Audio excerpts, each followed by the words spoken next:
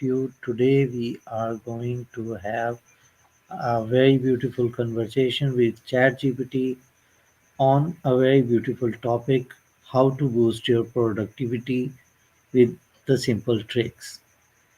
Welcome, ChatGPT. Walaikum assalam. Thank you so much for the warm welcome. I'm excited to dive into the topic of boosting productivity with some simple tricks. Let's get started. So, from your side, what is your opinion and suggestions on how to boost your productivity with simple tricks? Absolutely. One of the simplest tricks is the Pomodoro technique, where you work for about 25 minutes and then take a 5-minute break. Another great idea is to prioritize tasks using something like the Eisenhower matrix, and of course, minimizing distractions by setting your phone on silent or using apps that block certain sites. It's all about finding what works best for you. So, according to you, what is the 2 minute rule and how does it stop procrastination? The 2-minute rule is a pretty neat concept. It basically says that if a task will take 2 minutes or less to complete, we should do it immediately. This helps stop procrastination because it prevents small tasks from and becoming overwhelming. It's amazing how such a small habit can keep you moving forward. And according to you, how does the Pomodoro technique actually improve focuses? The Pomodoro technique works really well because it breaks your work into short, manageable intervals, usually about 25 minutes, with a short break in between. This helps maintain high levels of focus because you only had to concentrate for a short period of time. Plus, the regular breaks help keep your mind fresh and prevent burnout. It's a great way to keep productivity steady. And in this Pomodoro technique, the rest interval duration, what should be the minimum duration of rest during the Pomodoro technique? Typically, the short breaks are about 5 minutes long, and that's enough to help you recharge before the next focus session. After about four of these Pomodoros, you can take a longer break, usually around 15 to 30 minutes. This balance helps maintain your energy and keeps you productive throughout the day. Right, fair enough. Uh, but what is the time blocking versus task batching, and which one is better for my workflow? Time blocking is where you divide your day into specific blocks of time dedicated to particular tasks or types of work. It helps you stay organized and ensures that you allocate enough time for all your priorities. Task batching, on the other hand, means grouping similar tasks together and them in one go, which can reduce the time lost switching different types of tasks. The best approach really depends on your workflow. If you have a variety of different tasks, task batching might be more effective. If your work is more structured, time blocking can be a game changer. You can always try both and see which one suits you best. And how can I use the Pareto principle 80-20 rule to reduce my workload?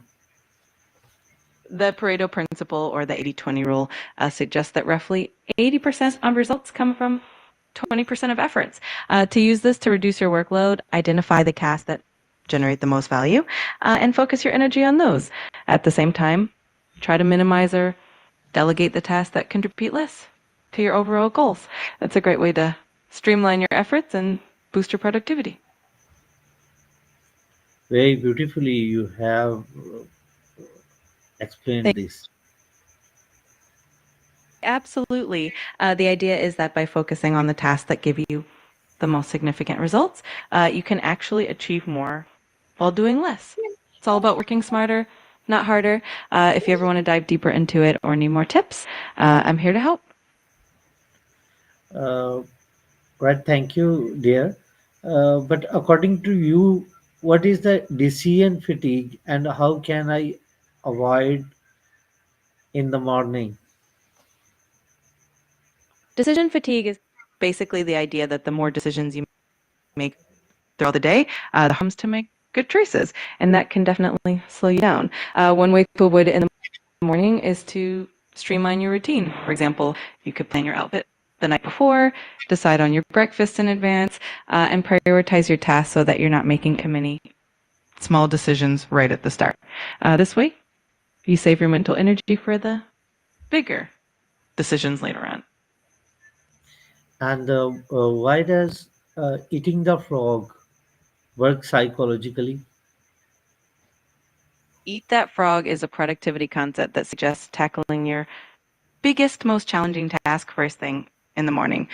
Psychologically, it works because it gives you a sense of accomplishment right away, which can boost your motivation and momentum for the rest of the day. Plus, once that big task is out of the way, everything else feels a lot easier and less stressful. So then, what is the difference between deep work and the shallow work?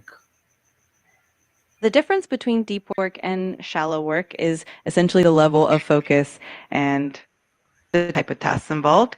Deep work refers to periods of intense focus where you're working on cognitively demanding tasks without distractions. It often leads to high productivity and the creation of high quality work.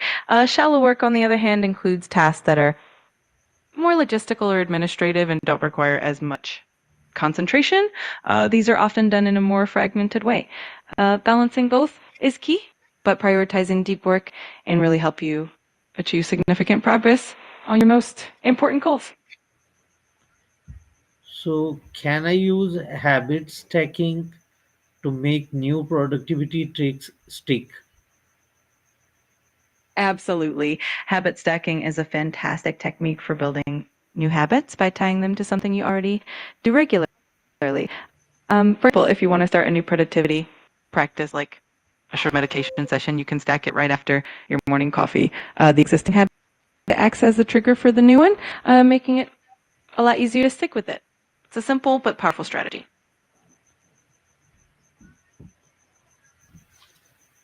And how does digital minimalism impact cognitive performance? Digital minimalism is all about reducing digital clutter and only engaging with technology that adds real value to your life.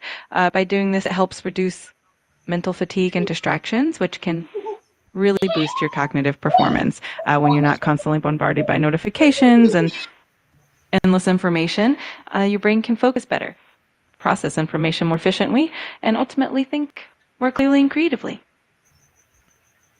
And what are the best ways to optimize my physical workspace to trigger a flow state? Optimizing your physical workspace can make a big difference in getting into that productive flow state. Some great strategies include keeping your desk clutter free, having all the essential tools you reach, and ensuring good lighting and ergonomic furniture to keep you comfortable. You can also add a few personal touches like plants or inspiring art to make the space feel inviting. And of course, minimizing distractions like keeping your phone out of sight can really help you get in the zone. So, how does multitasking actually affect the brain efficiency? Multitasking might feel efficient, but it actually tends to reduce brain efficiency. When we switch between tasks, our brain has to orient itself each time, which can lead to mental fatigue and decreased focus. Over time, this can actually lower the quality of work and slow down overall productivity. So, focusing on one task at a time is usually a more effective strategy for the brain. So, how can I identify my ultradian rhythms to know when I should work hardest? Identifying your ultradian rhythms is all about paying attention to your energy patterns throughout the day. One way to do this is to track your focus and energy levels over a couple of weeks, noting the times when you feel naturally more alert and productive. You might find that you have certain periods in the day when you feel a spike in energy and other times when you feel a bit of a slump. Once you pinpoint those peak periods, you can plan your most demanding tasks for those times and reserve the quieter periods for less intensive work. So, if we have a conclusion, what is the relationship between sleep cycles and daily productivity? Sleep cycles are incredibly important for daily productivity. Influence how rested and focused we feel. When we get quality sleep, our brain can go through all the necessary cycles like deep sleep and REM sleep, help with memory, learning, and overall cognitive function. If our sleep is disrupted, can lead to brain fog, decrease focus, and reduce decision ability. So maintaining a consistent and quality sleep schedule is definitely a key factor in staying productive throughout the day. Thank you. Fair enough. And very beautifully, you have explained all my questions.